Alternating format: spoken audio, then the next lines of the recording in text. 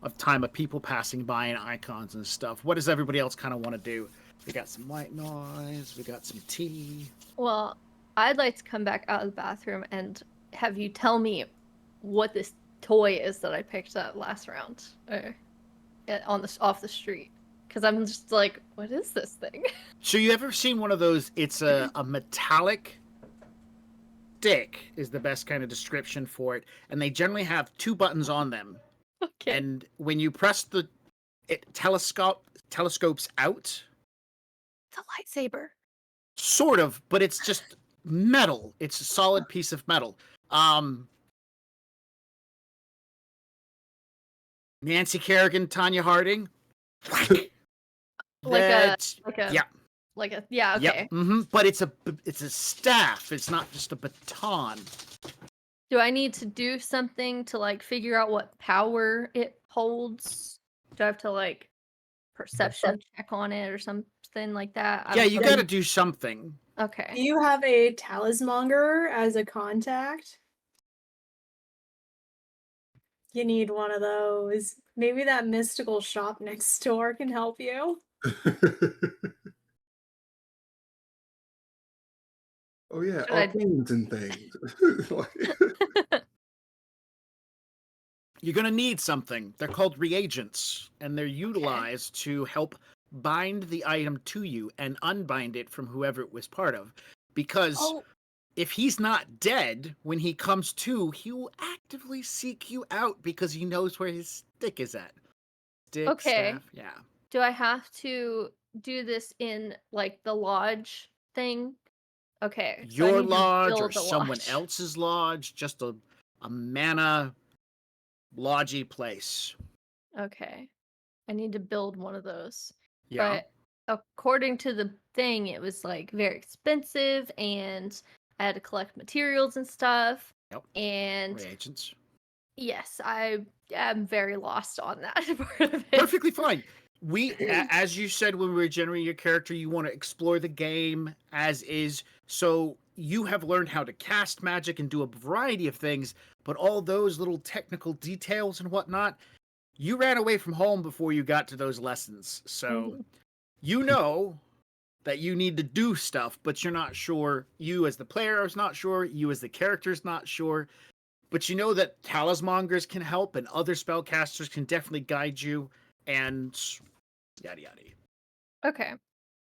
So should that be something that I do like in between sessions potentially? I cannot guide your character's action to that. I can only tell you if you want it, you could do it now, do it later, whenever you want, as far as that goes.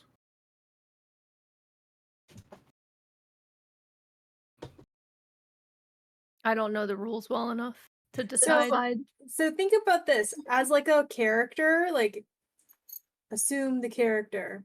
You know that we have to do legwork for this job. Maybe after legwork, after we're done talking, you can go check out a magic shop. Right. Yeah, I don't want to do anything right now because we have to set up for this mission. First and foremost. There you go. Now you have a plan. All right. So you're currently. Do you have any staff skills? Have you ever practiced bow staff? No. You should practice your bow staff skills. All right. Hey, Are you- Steel you could- Tiger, where's the secret room to this place so I can go practice my bow staff skills? It's private. He's just You gonna got like, a training dummy down there somewhere? I don't have a training dummy. At least I won't have one until you go down there. So, Oh my god. Okay, well, all right. All right, Steel Tiger. Whatever, man. Whatever. yeah. So one of my techie dudes, can one of you, I guess let's get started on the legwork. So Millard Allen. What a weird name. So weird, but can we get his background info? Can someone look into him? Oh yeah, that'd be a great starting point. You see Arcole just still so focused and searching. Well, well, I mean, get in the character. Well, darling, I suppose I could. I'd be better at checking out the company rather than the person, I suppose. Yeah, maybe you can do like look at his career profile. That'll tell us a lot of information, like where he lives and everything. Is Yeah, that also- is that something that you can do? Like go into the business's records? Well, Cole might be a little bit more trained for that, but I can at least do some surface looking, see a little bit about Hooper Security and how they're set up, rather. This is my first time meeting like a decker and a rigger who are separate. I've always had, one dude who did it all. So this is interesting. I'm learning something. Bit more hardware versus software. Gotcha. Would I know anything about Hooper Security? Well, they use drones, lots of them. Oh, I know that. I know that. Yeah. Okay. Cool. Yeah. So that's Yeah. the first step. They are a Japanese security company that came over, and they decided to change. They Americanized their name, and they had contracts with Shiwasa and Yamato and Ares, and they had a bunch of different contracts for a variety of service-esque drones that provided them a lot of stuff. So they built up a bunch of these drones that they were doing. That's what they were part of production. And when they came over and they centralized into America, they were working hand in hand with a portion of Ares in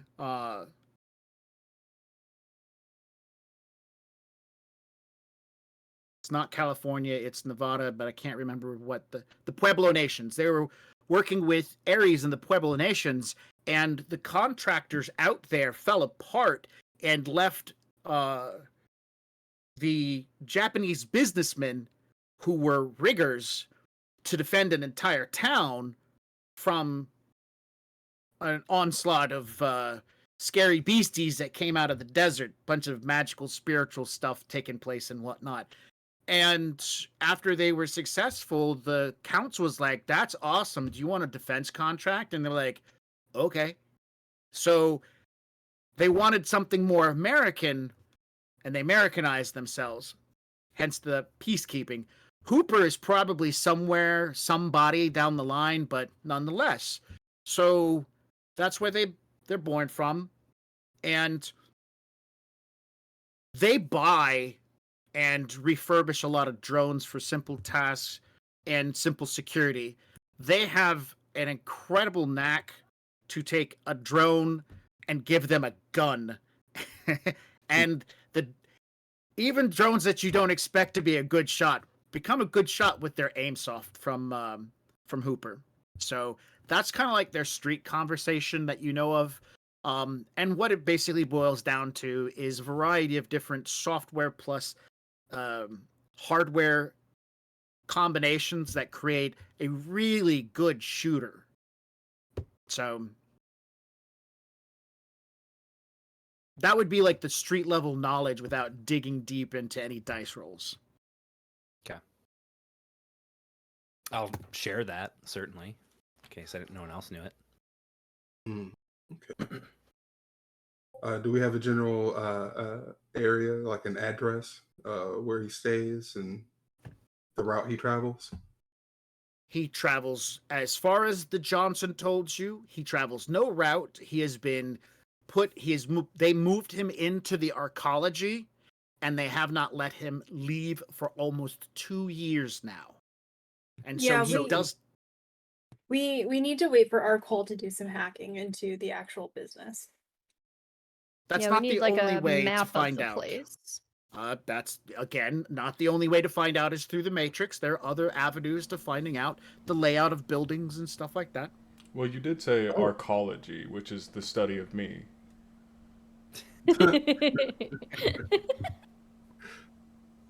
I'm going to Rare. touch that with a telescoping bow staff.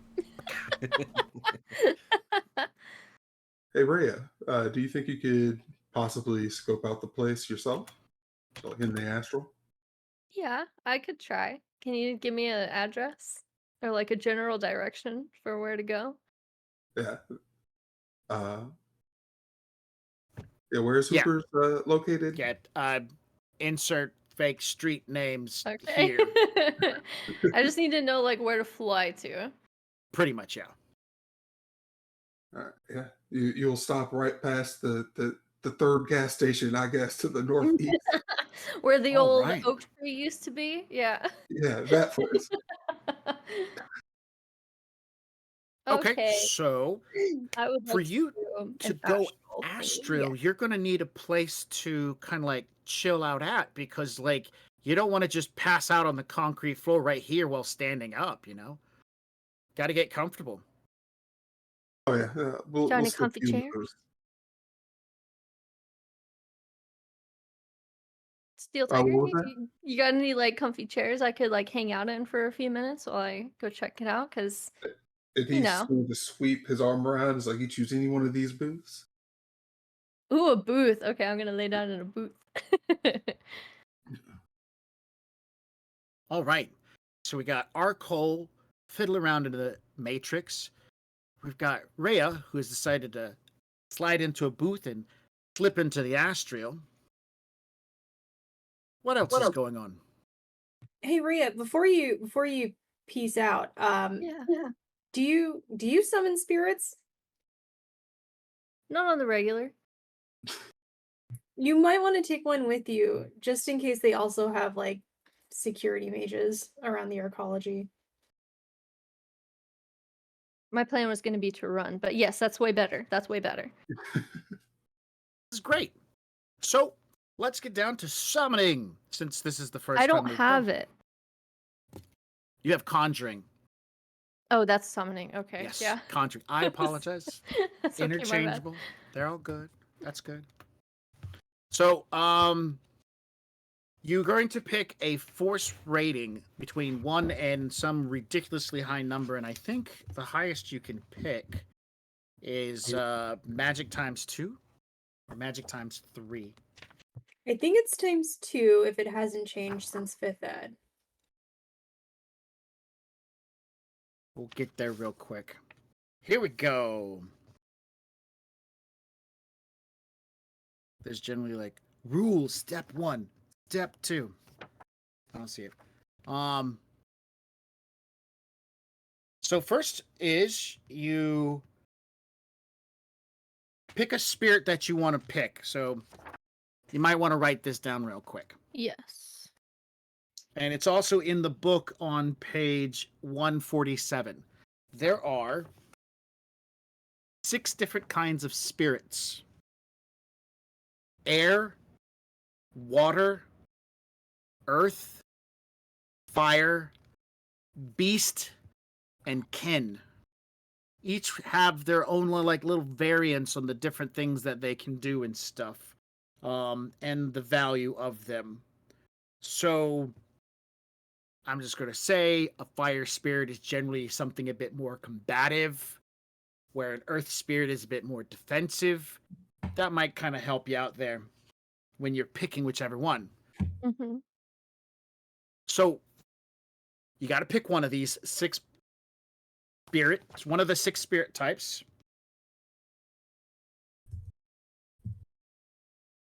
Well, let's see.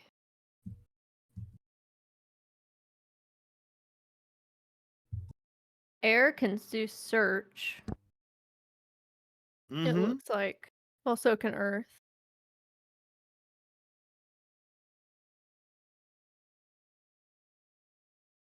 Use air. What's that? How about we use air? Yeah, I Just was go gonna with say, air. let's go with an air spirit. Let's go with air. Now you got to pick the force rating. The higher the force rating, the more it can do, but the harder it is for you to convince it to stick around. Okay, and it's between 1 and 2 times my magic, so that would be 12. Yes. Okay. Usually, and I don't know, this is up to max, but whenever people start summoning 4/6s and up, they are extremely intelligent. And that's when you start getting like really personality-wise, like spirits coming at you.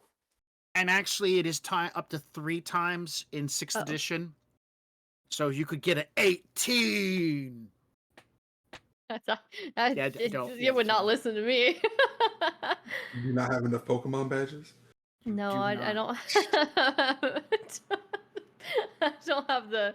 I'm not an Elite Four yet. There you go. What would it be like a moderate then, like a 2 or 3? Sure. You've got to practice with this. So, I mean, just Yeah. pick a good number, 2 or 3 or 4, and then go with that. I think 3 and 4 is like a really good number. I'll go with 3 to play it kind of safe, but also Cool. maybe get a little bit more utility. All right. Well, that gives this spirit 6 dice to say no. So I'm going to roll for the spirit, and you're going to roll your conjuring plus magic. So when you open your character sheet, on the just click on left-hand- Conjuring. just click on it. It should automatically put the 2 of them together. And it did. You got 2 hits. Now you're summoning a 3. That means it gets 6d6 to roll. And I think we do compounded. And then I hit... Nope. And that's... Let me change that to greater than. That should do it, right? It shouldn't have done. Should have done that.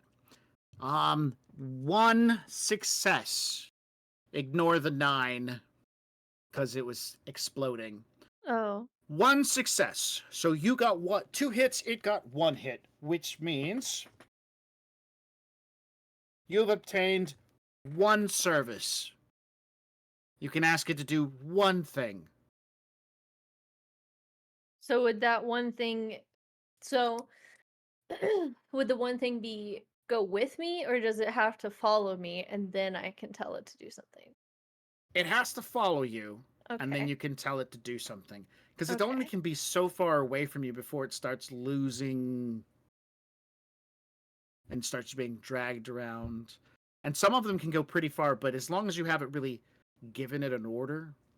So, like, you get this force rating 3 spirit, and it appears. A spirit of air. Now, it is in the astral, and so no one else can see it.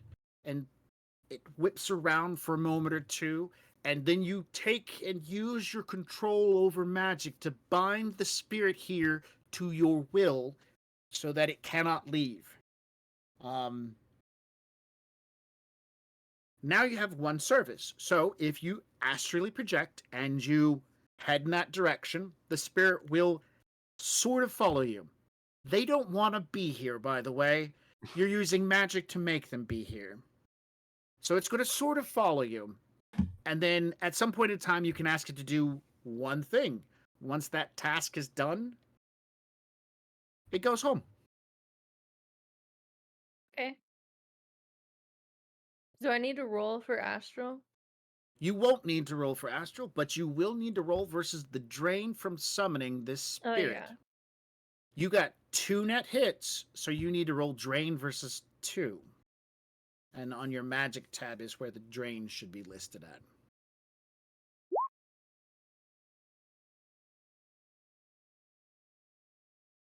A 4? Excellent. No drain for you. Everything's great. Neat. All right. I feel great. So you feel great. You've got yourself an air spirit, and you slide into the astral, heading for where Steel Tiger had directed. I kind of wanted to ask first before we go off. Is there anything that I should be looking for? Does anybody have any like requests for things they need to be on the lookout for? Oh yes, I can't forget. I wouldn't be able to just look through your eyes. So just look out for uh, the general shape of the building, uh, how many windows it has, and if there's any vantage points around said building. Uh, if you notice guards, how many.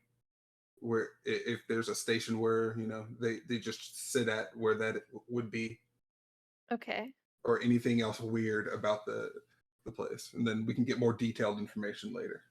Cool. All Now, right. you know what my coon looks like in my truck, right? The The what? the thing I sit in, the The chair. Cocoon. yeah. Okay. Look for one of those. Cocoon. Okay. He said cocoon. Okay. So I was like a raccoon. No. Okay. Okay. I'll look for any cocoons. Anything else? Anybody? I guess just try to get a feel of like where the living quarters are, where they keep their deckers at.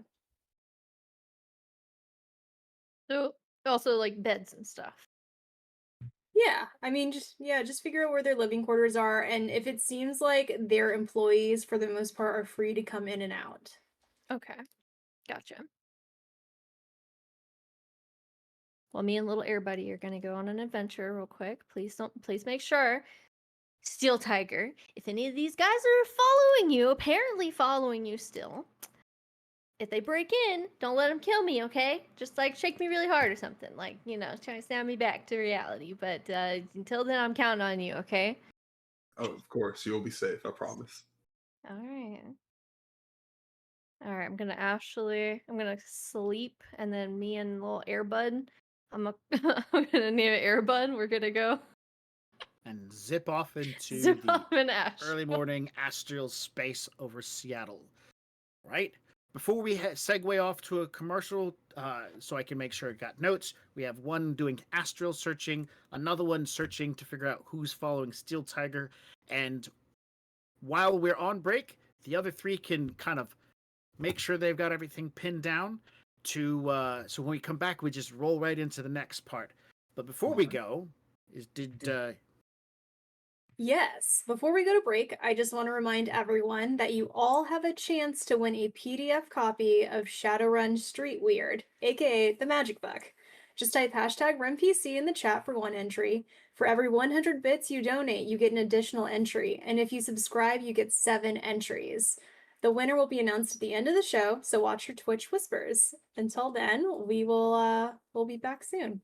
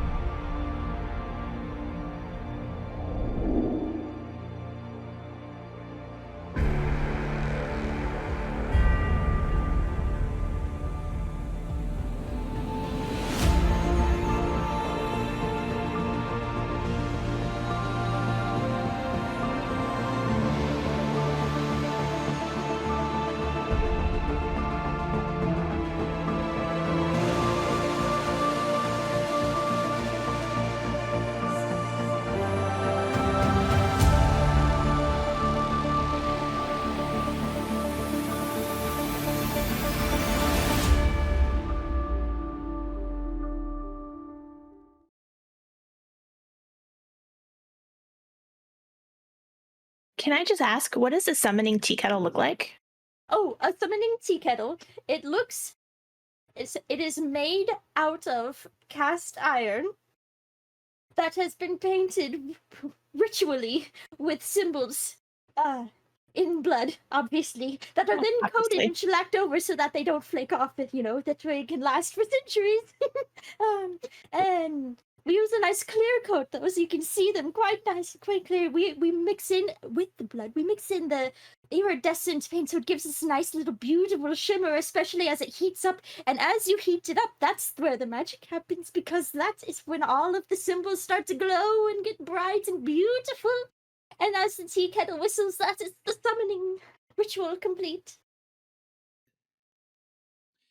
If you have an interest in using the summoning tea kettle, or taking part in any of the other worlds in our games, you don't have to have experience.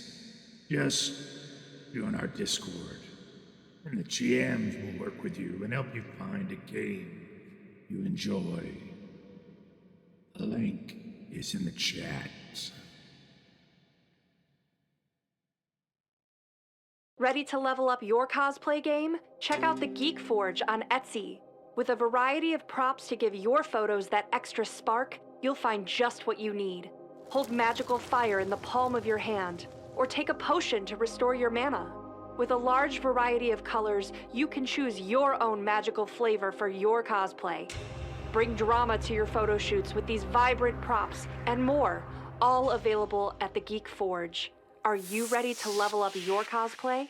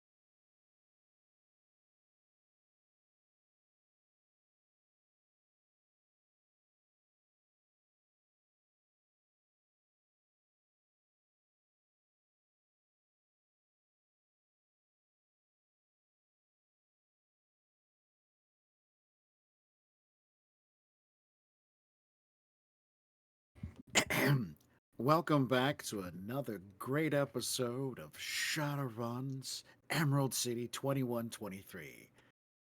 I don't know, I just felt like doing that. Sometimes, don't you just feel like sounding like one of those radio guys? So, And we're back Every on day, WLS. sound like a movie phone guy at least once. man, that would be a weird way to do like some sort of gumshoe game where that's how the game master narrates everything, like a radio talk show host. I could go into that for quite some time, but we're here for Shadowrun and not Gumshoe Detectives. But detectives still have to do legwork. And out of our 4 legs, wait, 1, 2, 3, 4, 5 legs, only 2 of them are moving.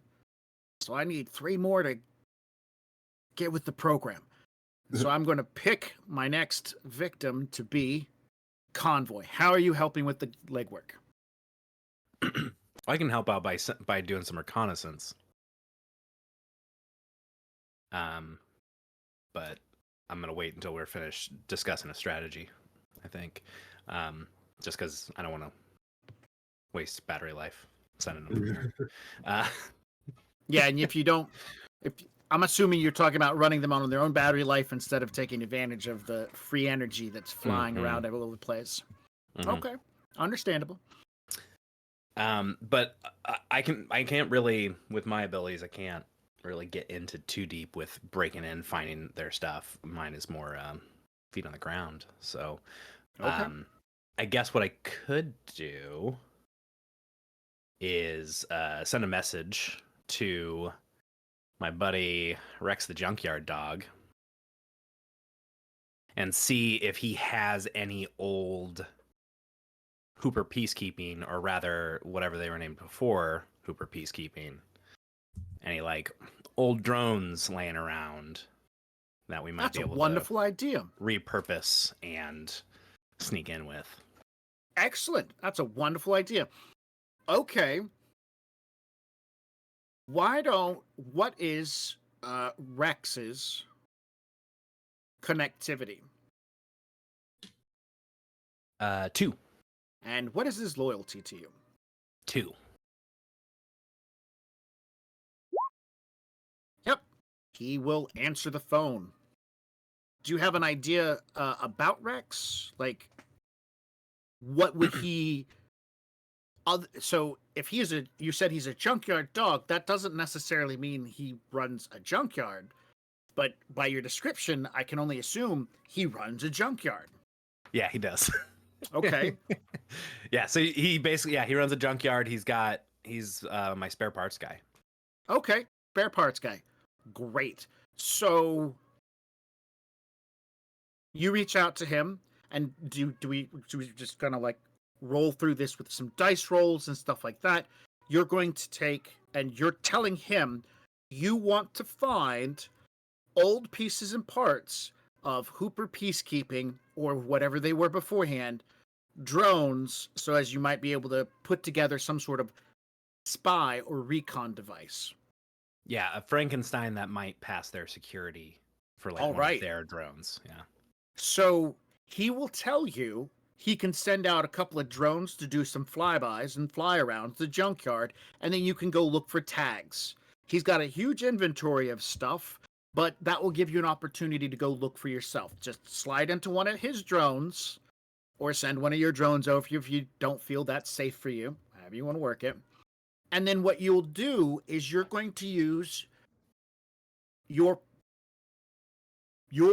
intuition plus your drone's sensors, or his drone sensors, which will be at 2, plus his connections doubled. So, and that's going to be your dice pool. If you reach 5 hits, you find enough of a drone to bring back together for commission.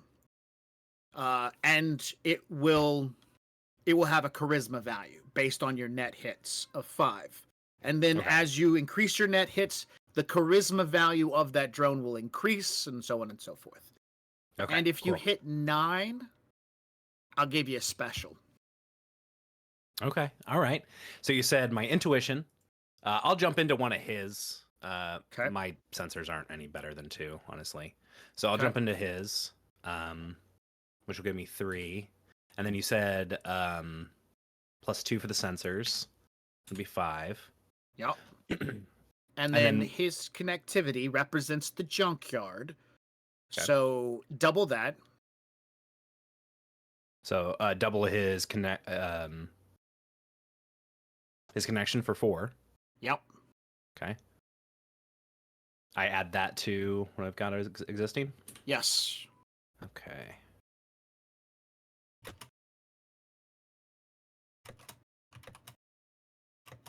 Wait. Okay, I think I can do this. Maybe.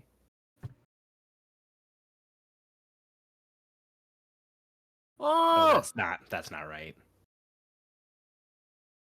That's too many. That's 30. Yeah, That's I don't know why I 30. did that. I don't know why I did that. I don't know why I did that. That's a lovely roll. Hold on.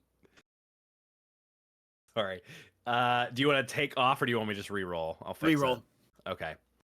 All right. While you're fixing that, let's find out from Steel Tiger and Nova.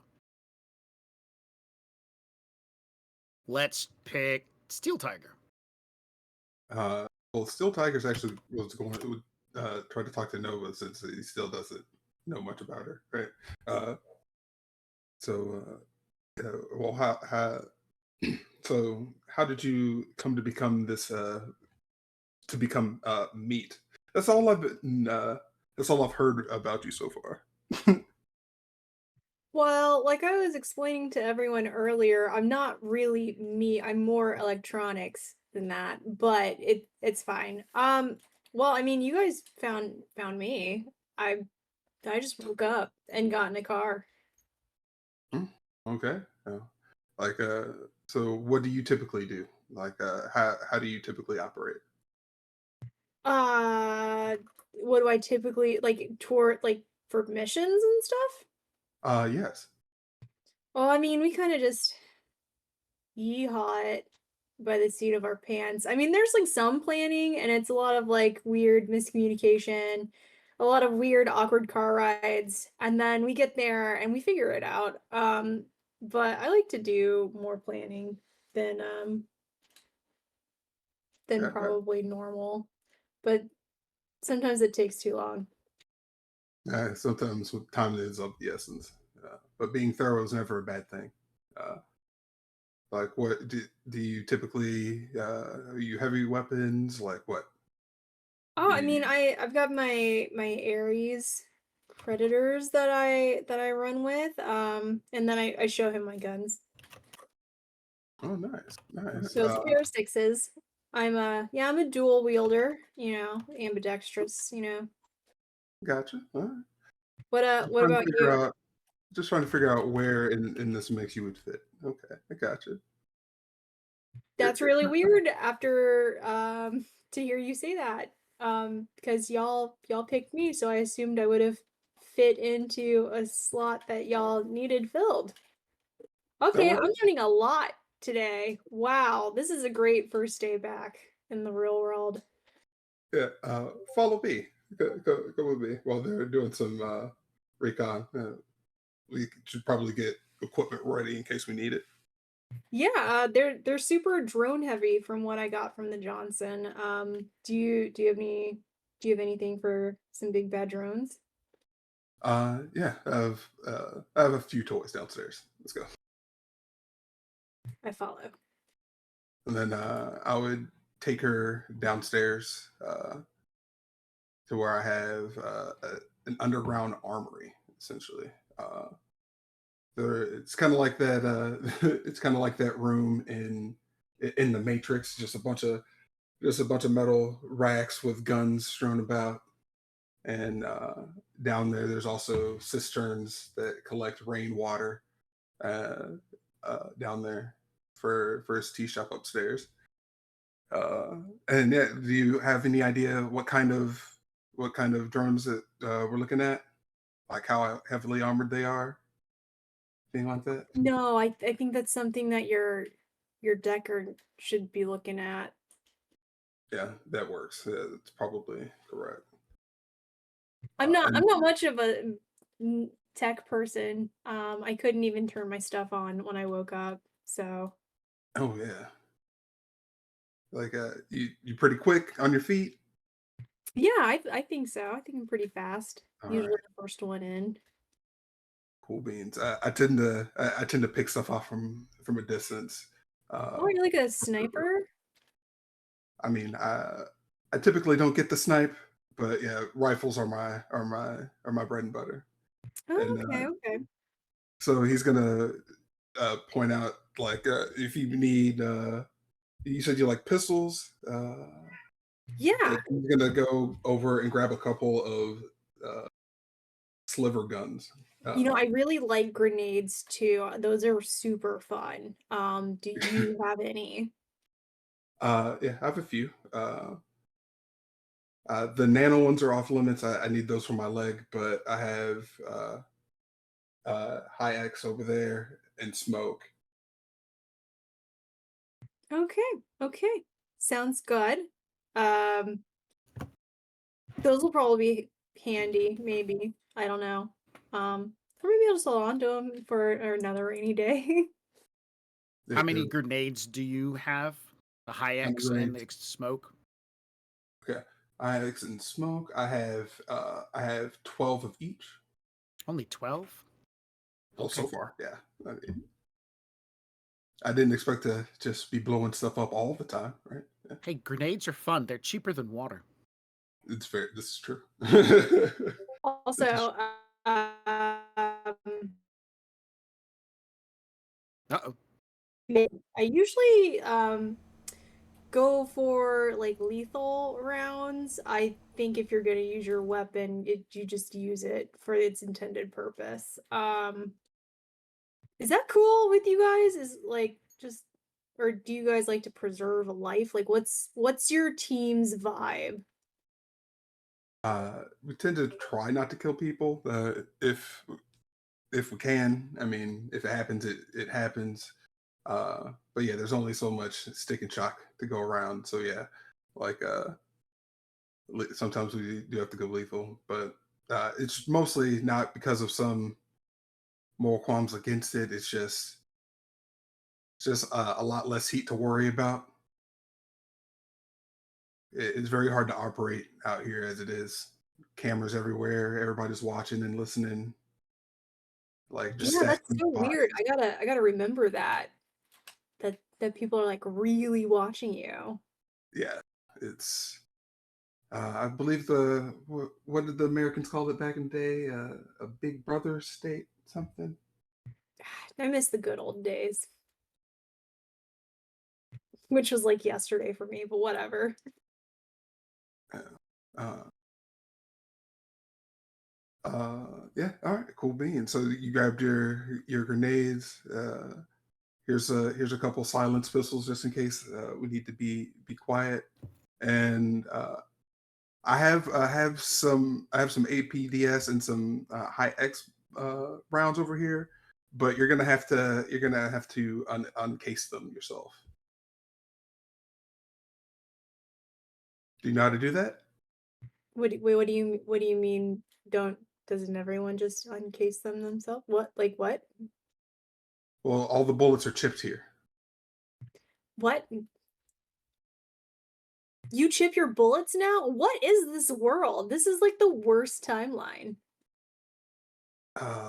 Yeah, it would definitely be better if we didn't have to go through all these steps. But I mean, Back in my it's just day, you just like bought bullets and then like you just hoped your fingerprint wasn't on it. There's chips now?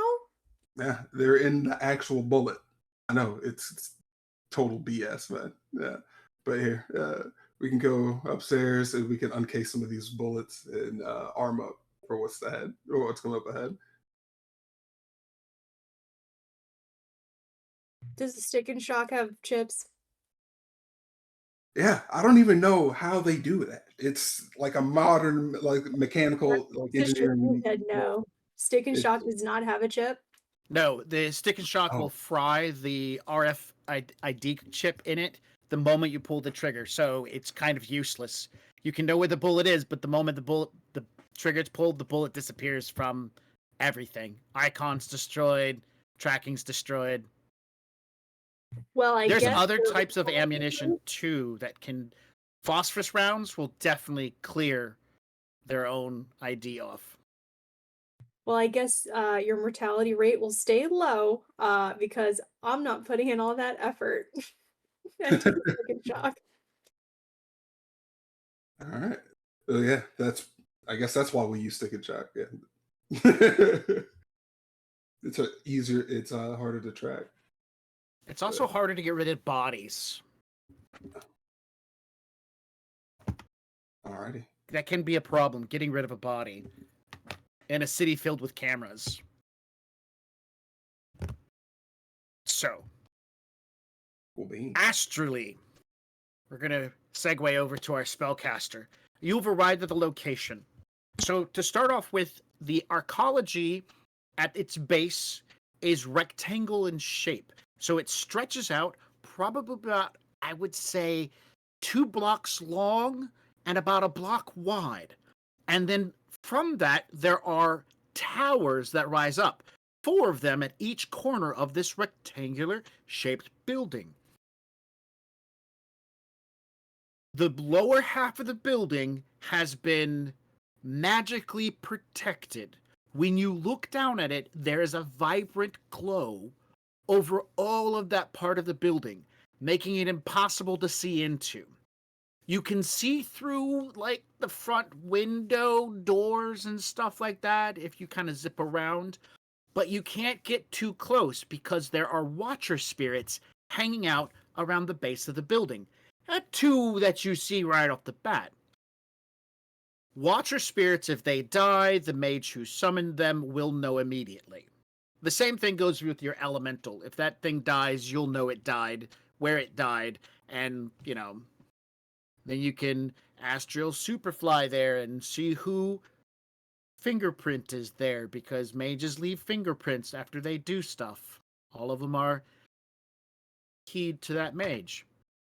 The 4 towers that rise up, only about halfway up them do they have any kind of amber distribution, amber colorations, or light like emanating. So what that means is that there's some attempts to block astral vision or astral perception has been taking place.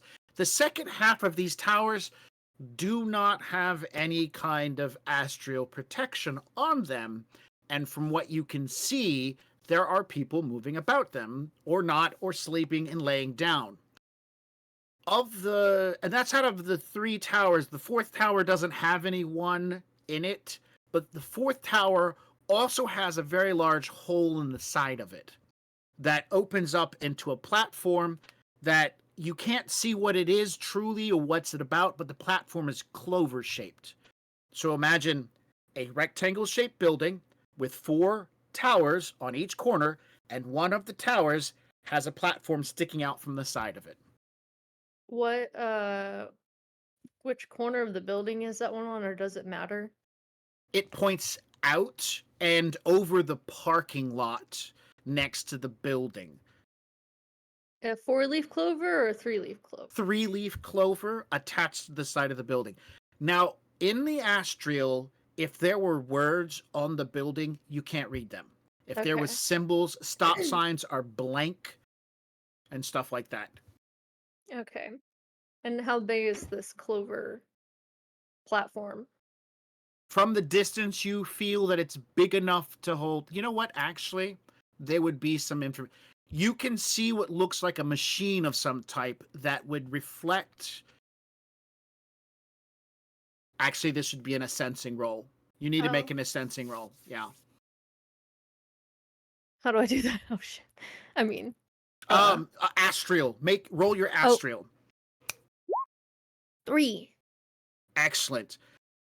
It's a V2L pad. Okay.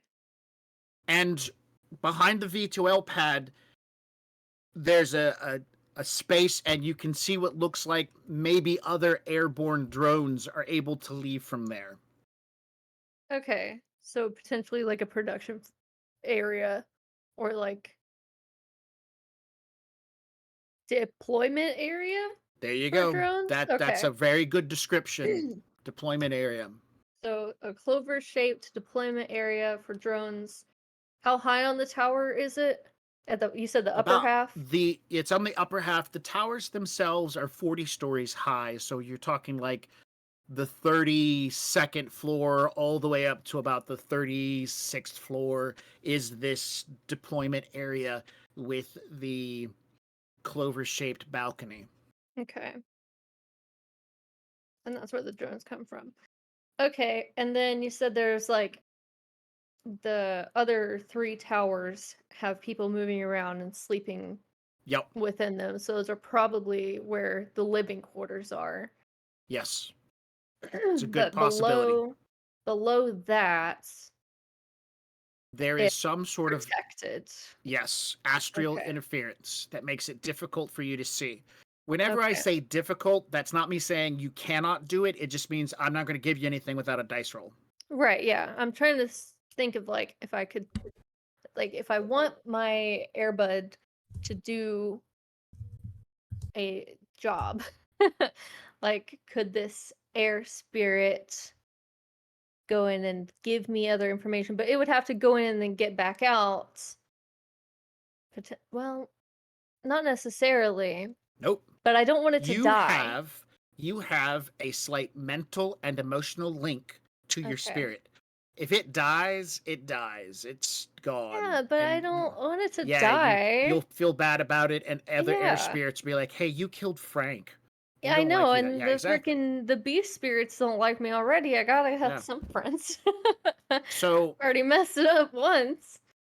you can tell the spirit to go in and do like reconnaissance. Go look around that building, come back and tell me what you see, and it'll come back with like a general idea.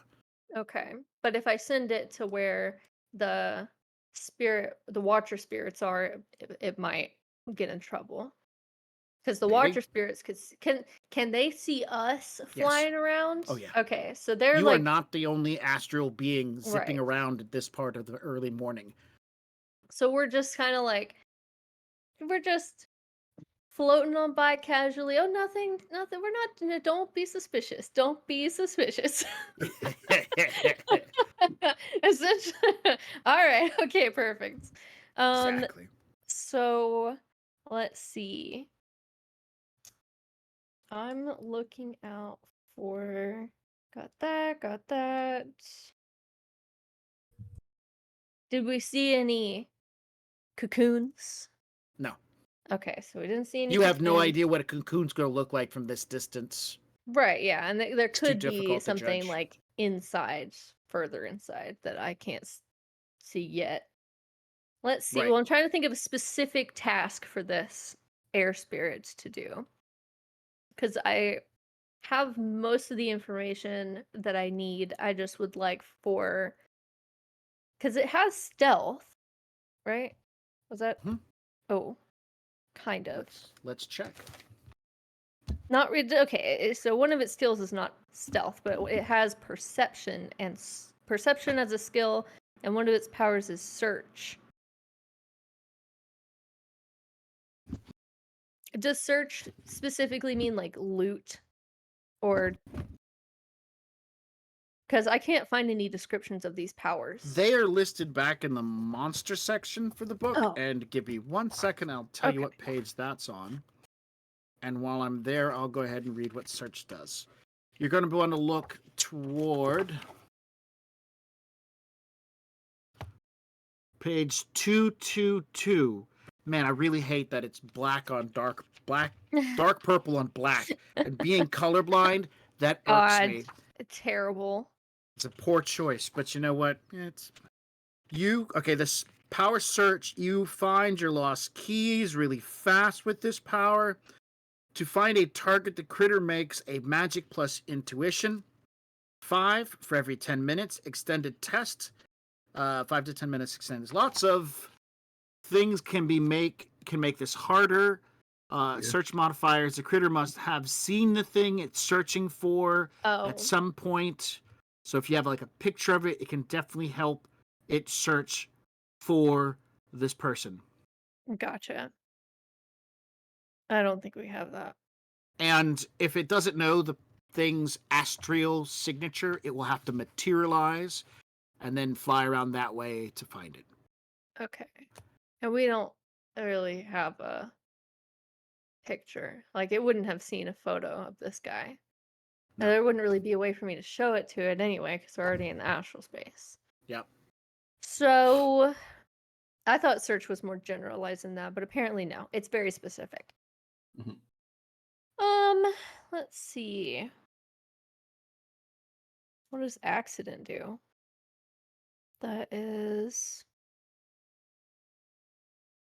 Well, can I go over to Arcole while you look through the abilities? I'm cool. gonna... Perfect. All right. So, Arcole, you have sat down as everybody's walk around playing with staves and talking and whatnot, and you immediately lay back and begin checking out all the icons and be watching them back and forth, speed forward, back and forth in front of your vision. And hundreds of little iconic points are being generated by this folder, this file that you're looking at. Hundreds. How broad of an area or how small of an area do you want to work with? Let's go. Would I be able to go within a certain distance of the spaces that I know Steel Tiger has been in? Yeah, you had already kind of pinned down his last known location, so you could kind of stick around here, if that's what you're talking about? Yeah, well, yes, yeah, anyone who would have been following him during the past little bit, the past day or so. Would that be possible? Oh, yeah. You could rewind a whole day. That's not a problem. And you hit 5 successes in total, right? I do believe so. Let's see. You got 4, and then you got... What was your second roll? Oh, we never did it. Do another roll.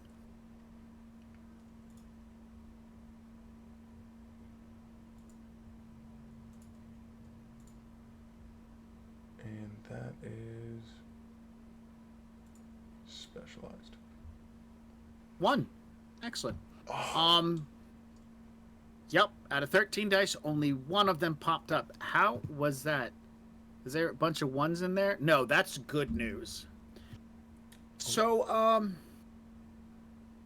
yeah, you go back like a full day's worth of time, maybe even 2 days worth of time, begin kind of sorting it out. And,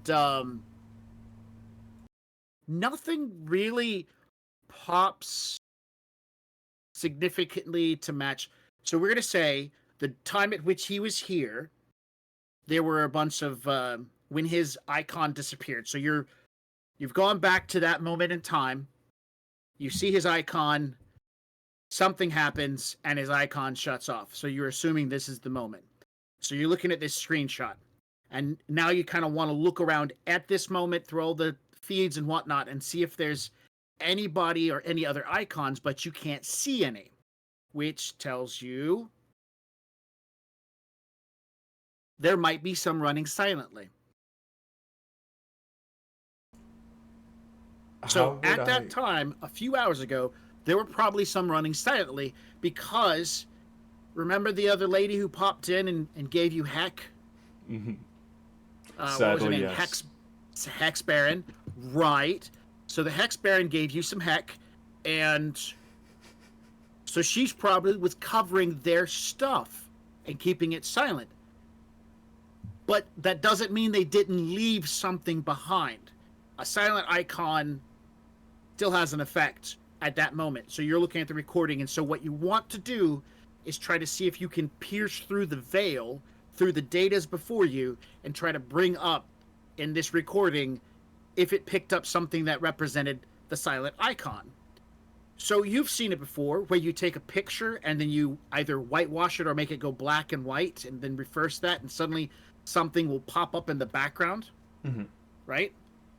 You can do a search for a stealth icon, but it's harder because you're not looking at the icon or the area at the time. You're looking at a recording. So you're looking for other signals. So you would have to do another matrix perception, and she got 5 successes. So you would need 7 successes to be able to see those stealth icons when they were here. Just the remnants. Correct. So you might want to pop an edge or something like that. Or you might want to call up your PMAX and see if they can give you a bonus. Yes. I will go ahead and talk to Gross. Okay. See about combining. Stats real quick. Yeah. So what Gross is going to do is he's going to do the same dice roll as you, but he's going to do it as... Find it. There we go. he's going to do a team bonus. So he's going to roll some dice, and how much he succeeds is going to give you extra dice to work with. All right, and so you're doing a matrix perception. Does he have that? He has that. All right. His data processing is a 3. And that's a 4. So he has 7 dice. So I roll 7 dice. Bump, bump. Dice roller. 7. Let's see if I got it right this time.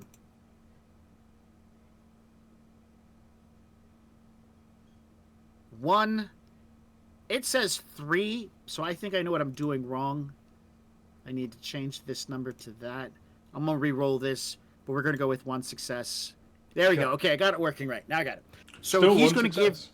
Still 1 success. Because he's aiding you, he's going to give you an extra dice by his teamwork, and because he is your PMAX, he's synchronized with you, he gives you another +1. So it's 1 plus his net hits, for a total of 2 extra dice to your dice roll. You're still trying to get a 7, though.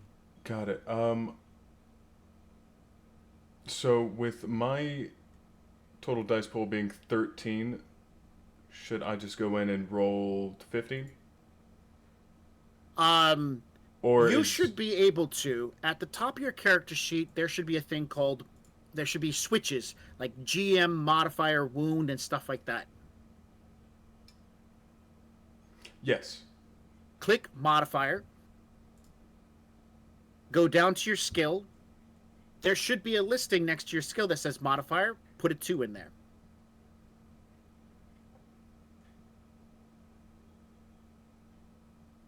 You have your rating, and then you have... No? Am I wrong? Not specifically for a matrix perception, no. I do have the modifications open on... like, say, my cracking and electronics, but since it's a you know electronics what it is? plus intuition roll. You know what it is? If I come over here and...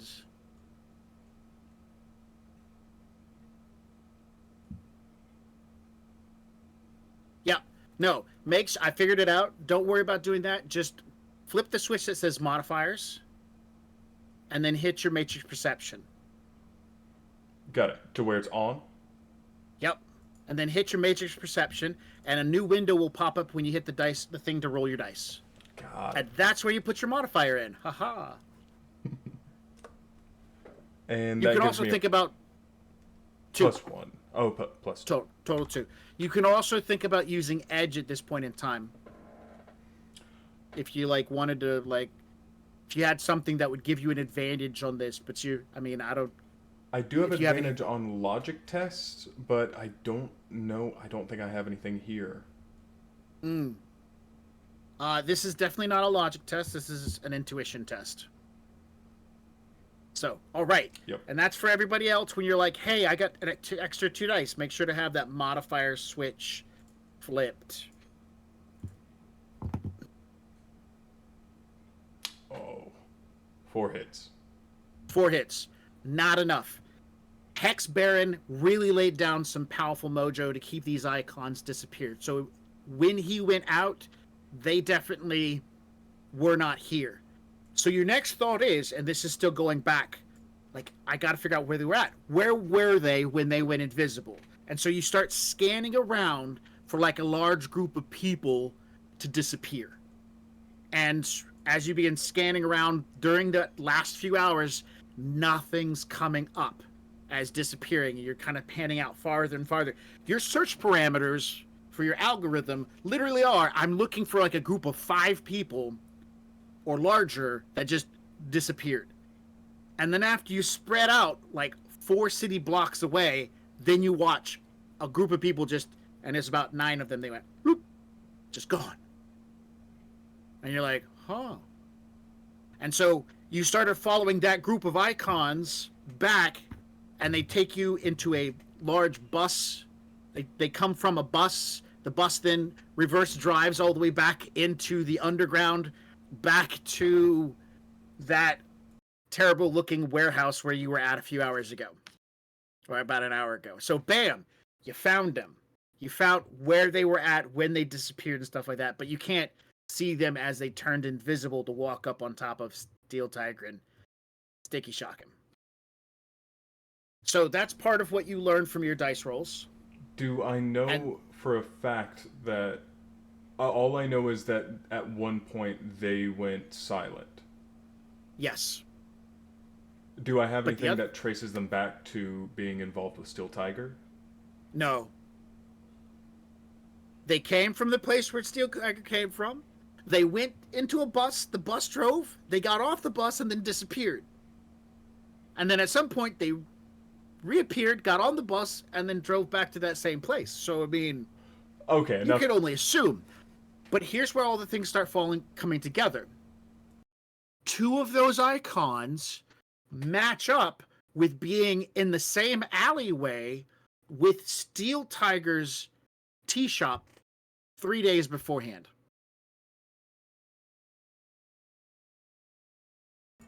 Got it. Our Cole is going to... But there's something else. Oh.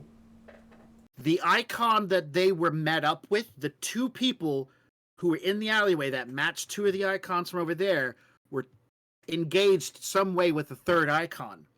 That 3rd icon is still in the alleyway right now. Our Cole is going to shock awake from wherever he was laying down. I'm assuming just another booth. And immediately shout out for Steel Tiger. Is he in the room? I would be coming back up the steps with... No, you are sitting at a nearby table, removing cases from shelves. Okay, I'm going to shout for Steel Tiger. And just say they're still here. Oh, how many? There's one, but I don't have any information. Well, I mean, you got all this stuff that you just saw, so you could... everything you just saw is inside your character's head, so you can share that straight with him, and he can see all the icons moving around, disappearing, and then, the 2 icons being 3 days earlier with that 3rd icon still being those alleyways and stuff. Fair. Well, I just meant more like I don't know who this person is, but and then he's going to do exactly that and just stream that few hour window and just let him know where all the locations are. They're following you. They're still here. Or at least one person who they met with is still here.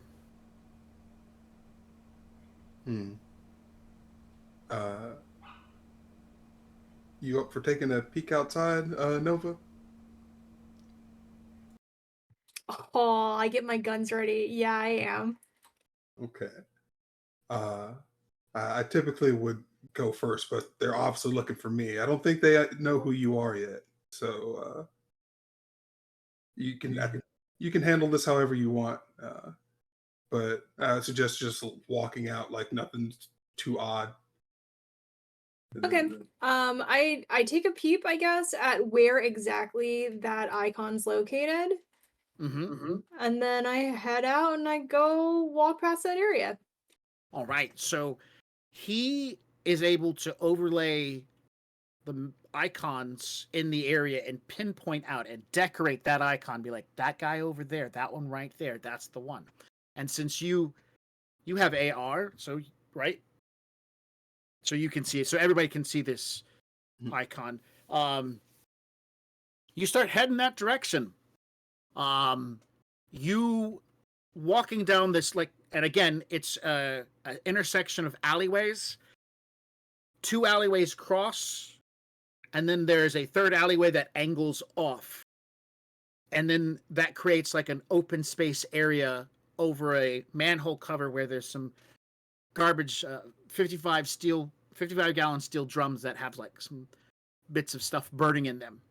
And so as you head toward that section where the drum of steel, the steel drum is burning, the icon is a person facing away from you, in front of the steel drum itself, and he's talking to people, and it looks like there's a big, gnarly-looking buggy behind him, and he's got this massive, wide-brimmed orange hat on his head.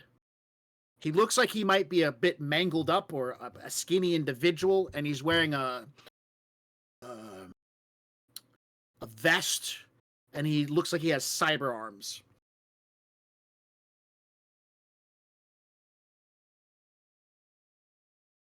What do you Okay, say? I go over there and I ask, "Hey, do you guys have any like spare change?"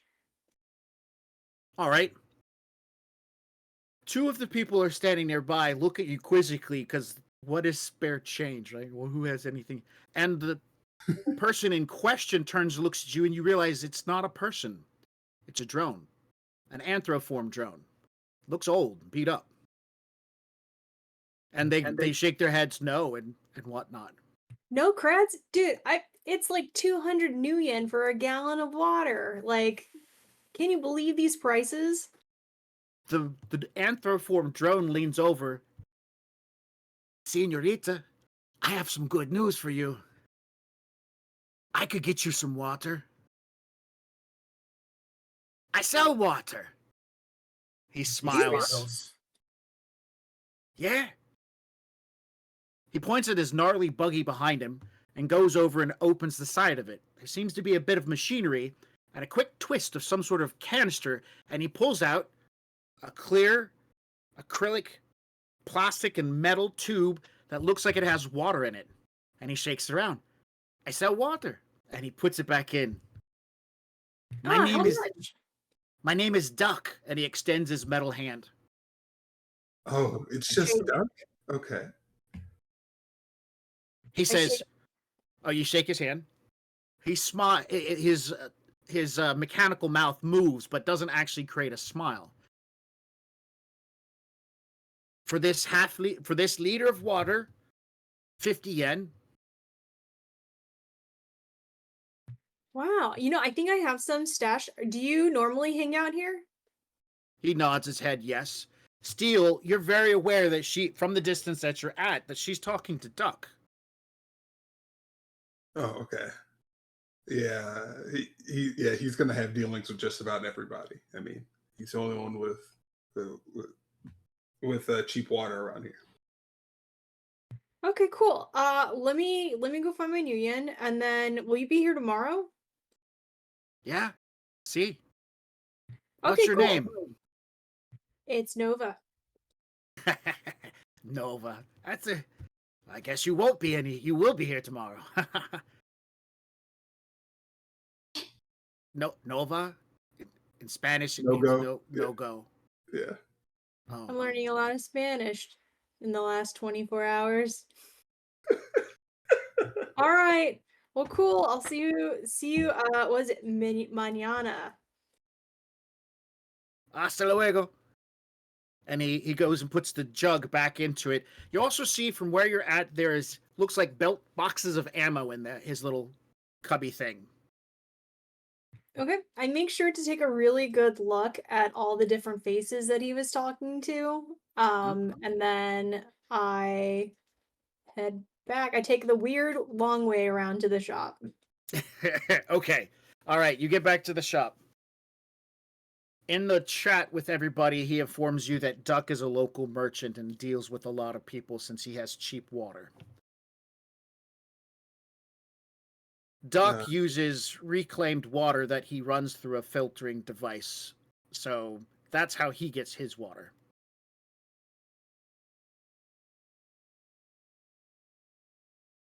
So when I finally get back, I relay the info. Like, do any of those faces seem familiar?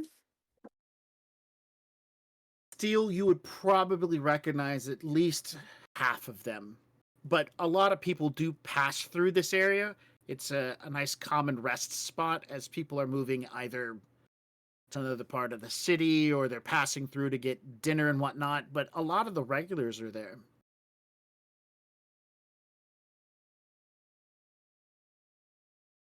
So, is there new people? No. Let me put it this way. Is somebody that would get your attention make you kind of worried? No. They're either getting dinner like getting noodles from the noodle shop, some soy noodles, or they're hanging out near the fireplace, you know.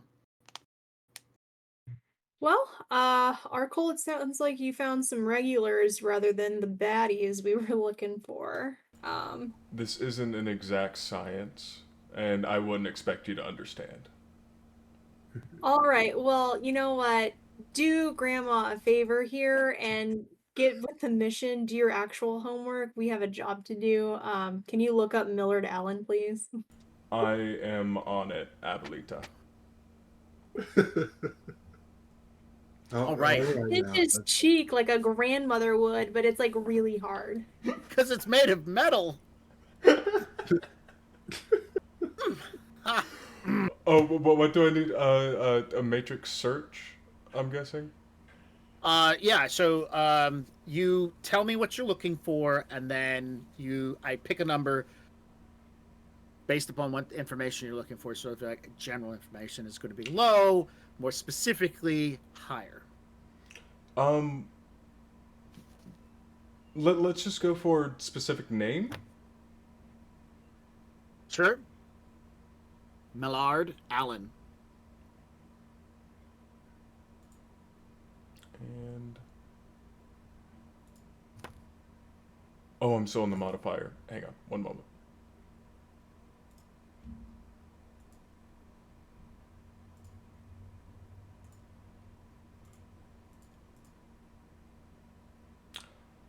Oh, I fixed my dice pools, but they're still so low. I got 3. Oh my goodness, Roll20 does not like you. It really doesn't.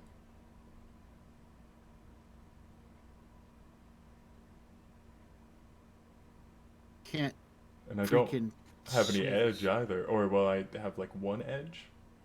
Yeah, it refreshes from scene to scene.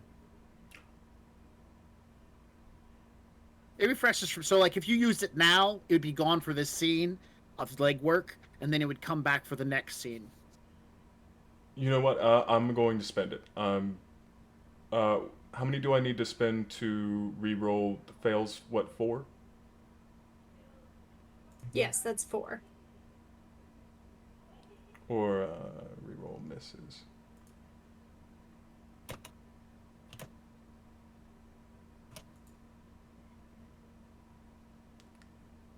That makes a total of 7. There you go. Okay. All right.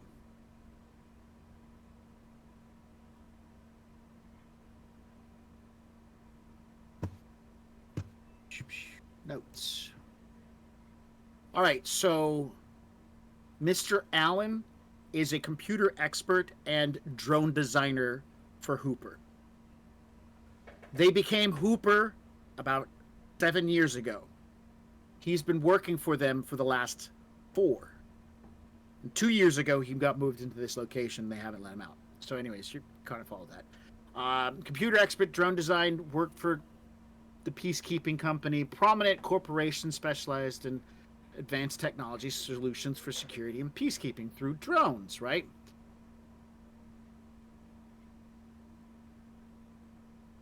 He is responsible for some sort of high-end design with the Hooper peacekeeping drones that provide them a really high-end targeting program.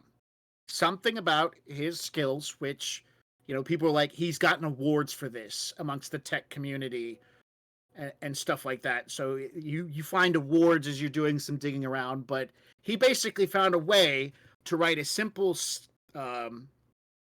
autosoft that you can give to a drone and almost double their accuracy, or at least shave off those final few percentages to move you from like a 80% accuracy up into a 92 to 94% accuracy. You know, that like level of amazing change. He also coded in like a self-destruct for that software so it erases itself if the unit goes down or if it gets removed from the unit. So destructive software, destructive coding. Let's see, he went to 2 prestigious universities where he got his computer science and robotics degrees.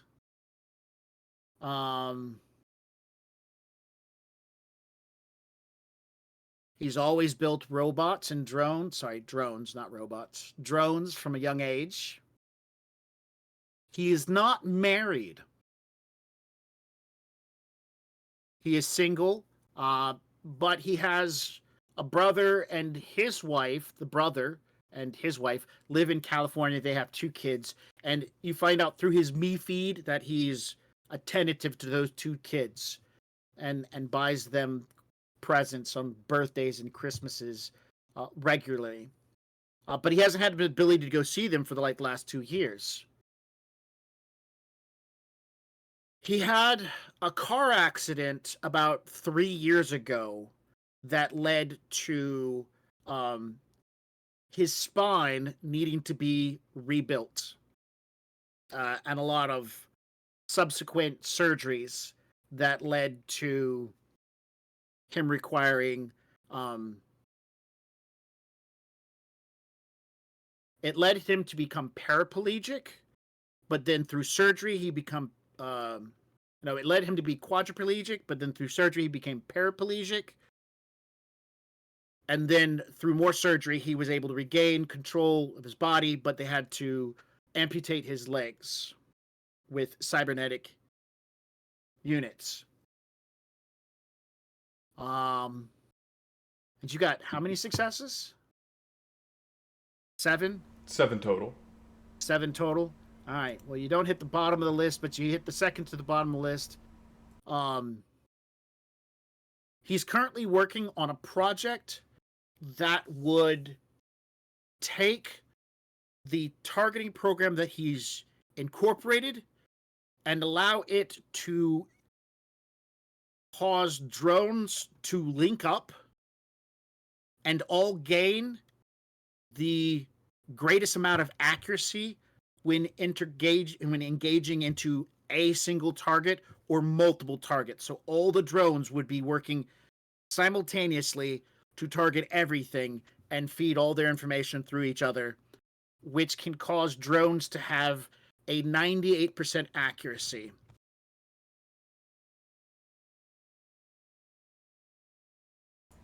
Well, if that's all I find, then I'm going to take a moment to relay all that to the team and try not to get too distracted by Convoy drooling, and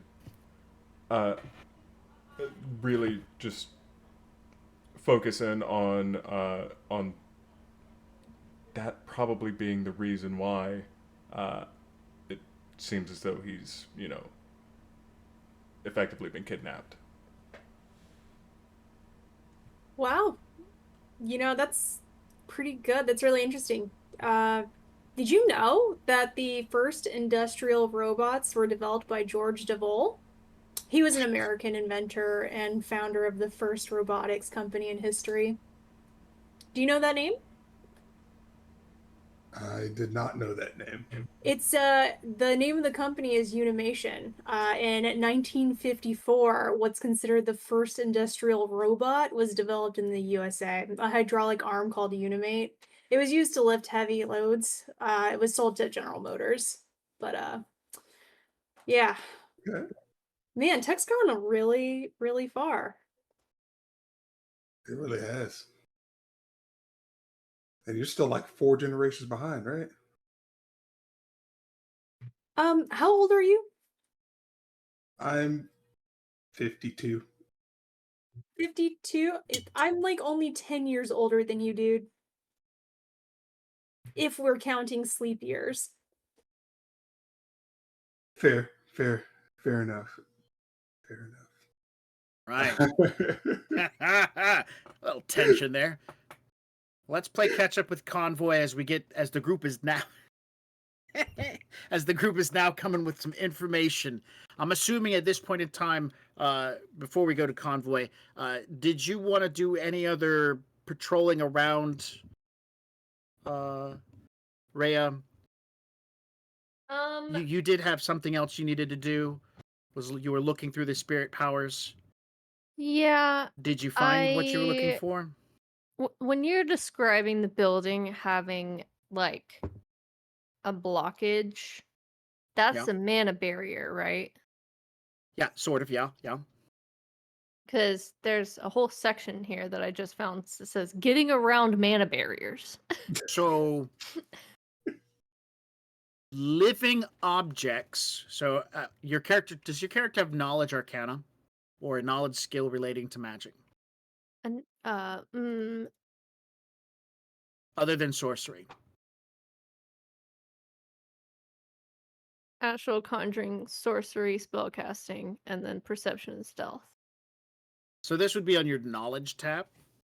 It would be in that skill thing. It'd be called knowledge, which is something. Oh yeah, I have knowledge arcana. So, knowledge arcana gives you edge to like logic tests and stuff like that to know this. And I will just tell you, living things have an aura that they emanate.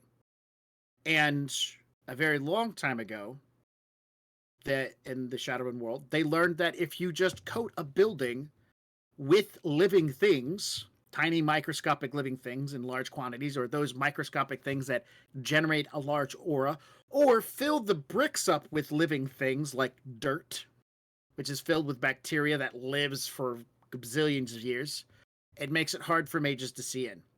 They have found also that there is some really awesome bacteria they can grow, and then it just lives for a really long time. Tardigrades or water bears, amazing things to fill up in those little gaps because they never die, even in the vacuum of space. It's a great way to keep mages from looking in. So is it a mana barrier? Maybe, but most likely it's a smear of magical snot that's keeping you from seeing inside. Okay. That's disgusting. Tardigrade spackle, is that what you... That is correct. Basically. Water bear spackle. Gross. And they didn't use that all the way up the building? That's weird. But, okay. Priorities. Priorities, yeah. It's expensive. It's expensive. So I have you do found think- something else you needed to do? Not really, because all of the skills that my spirit buddy has Right. are kind of aggressive. There's like not really any like stealth sort of situation. You'll have to look through spirits and figure out what is a better stealth option for you. So I'm assuming your character's coming back to your body. Yes, Okay, and cool. can I just like, I don't know, I can make the thing stick around for a full 24 hours, or I can just let it go home. It says it's like a sunrise and then a sunset, and then it's gone. Yeah. Sort of. Yeah. When the sun sets today, it'll disappear. Okay. Yeah. So in the meantime, it just hangs out and follows you around. Yeah. Waiting for you to tell it to do something. It can hang out. Imprisoned I'll let by it hang your out. will to be trapped in this world. All right, Airbud and I are heading home. Okay. Convoy, before we go to break, let's play catch up with you, and then we'll head to a break. Cool. All right. I have it figured out now. Sweet. I figured this would be enough time. Ooh. 7. Ooh. Yeah. What'd you say I needed for the sweet spot? 9? 9. 9? 9. You know what? I'll use. I get an edge. You because do. You get 1. I get 1 edge for that. So why don't I? 2 though. There's not 2 4s in there. You know what? I'll use. I want it so bad. I think I'll roll. Yeah, I'll use 4. 1, 2, 3, Okay. 4. Well, there is something else you could do to get you some extra edge. Give your contact money. Oh, I'll just do that. All right. That seems like the easier option. Let's say 500, and he'll give you an edge. Okay. So that'll give you a +1 edge to. What do you got? 1 edge, so that'll give you 2 edges to work That'll with. give me 2. Yep. So that'll fill me up, and then I will use 4 of them. I'm gonna re-roll those misses. Do it. Ha. Awesome. while sorting around, the drone you're flying right now has a 2-part system. It has its body that rolls on the ground, and then it has a hover unit. And the hover unit can scan, and then the body unit will move up and grab things and whatnot. It kind of feels cool because you're like kind of all over the place at the same time while your head's up here. Woo! You know, ghost-like. And as you're pulling pieces out, you were able to come across... Nope. I had found it earlier. That is not it.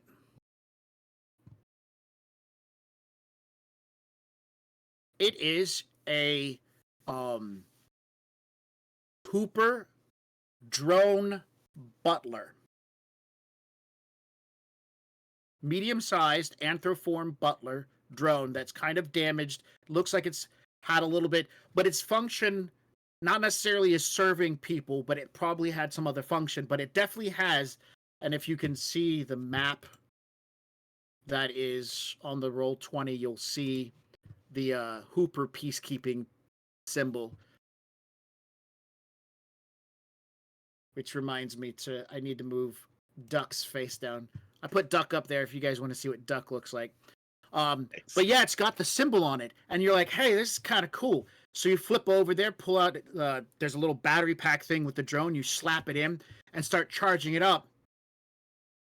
It still has an associated icon, SIN, and mag keys associated with it. Amazing. Yeah, I'll tell Rex. I'll take it to wrap it up. He's gonna charge you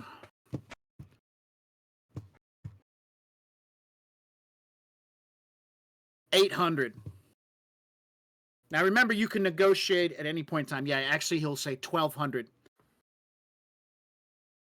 Oh, now, come on, man. I can get one of these brand new for not much more than that. Yeah, but I was watching the feed. You got all excited about something. Well, sometimes there's treasure in this trash. There is treasure in this trash, but only to the right people. Right, and you're the right person. $1,200. Now, he's going to stick with $1,200. To get him to go lower, it's going to be difficult. All right. So, what skill do you want to use to kind of bring him down? Punching. Say it's punching. I wish it was punching. No. Let's see. I feel like, you know what? You know what, Rex? I could probably don't you got your eyes on some on like an old classic Ford Americar that I might be able to get my hands on for you? Maybe find one laying around and I can make sure it tows to the right junkyard. Now you're talking. All right, I'll tell you what. I'm going to give you, I'll let you walk off with this, but you're going to have to put a deposit down of at least $600. But there's this west wind that I've been seeing parking over at the university off of Kibler. It's got this sweet low setup and these nice lights on the bottom half of it. If you could pick that one up specifically and bring it to me, we'll be good. Make sure to wipe off any icons and take off its serial numbers and stuff like that. Yeah, all right, man. I can do that. Yeah, I'll send you a pic. It is beautiful. All right. Pic comes in and he is your not way. wrong. There's a beautiful west wind. It's got a little icon in the back representing that it belongs to some university-bound student. All right, I'll send over that $600 deposit and tell him I'll get my hands on it. Okay. Do you want him to deliver the drone, or do you want to swing by and pick it up? I can swing by and grab it. All right. Cool. So as you're coming out at this moment in time, you've got great news for everybody. It looks like Arcole, Nova, Steel Tiger, everybody's had a chance to collect, including Rhea, some information. And so now when we come back, it'll be the finishing of the legwork. You guys have stuff to work with. Now you've just got to make a plan. And it's like when you build a ham and cheese sandwich, you just and the sandwich is if done. anybody ever made a ham and cheese sandwich like that, I would probably involuntarily commit them. I'm not gonna All right, that's fair. Wow, ham Yeah. sandwich. You good, bro? Did you want that toasted? Yeah, I got All so right. much friction in my hands. Toast it for you. All right, which of you two are doing the next advert? I think that's me. Ooh, ooh. So the fun doesn't stop when we go to break. While we're away, you can take some time and enter in for a chance to win a PDF copy of Shadowrun Street Weird. It is the guide to magic, from spells to adept powers, new spirits, and enhanced enchanting rules. It also gives runners the power to make their own spells to unleash on their enemies. Because runners know that the power you grab for yourself is the only thing that stays with you. Just type hashtag RunPC in the chat for one entry, and for every 100 bits you donate, you get an additional entry. And if you subscribe today, you will get 7 entries. The winner will be announced at the end of the show, so watch your Twitch whispers. And we'll be back in 10.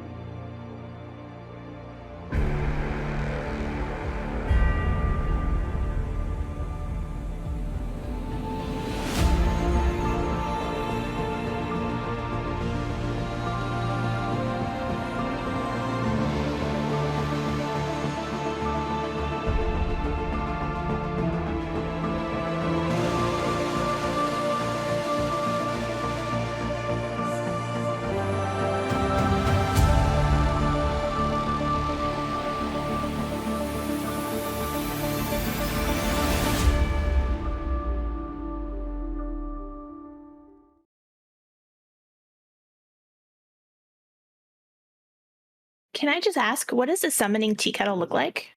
Oh, a summoning tea kettle. It is made out of cast iron that has been painted ritually with symbols in blood, obviously, that are then coated Obviously. and shellacked over so that they don't flake off, that way it can last for centuries.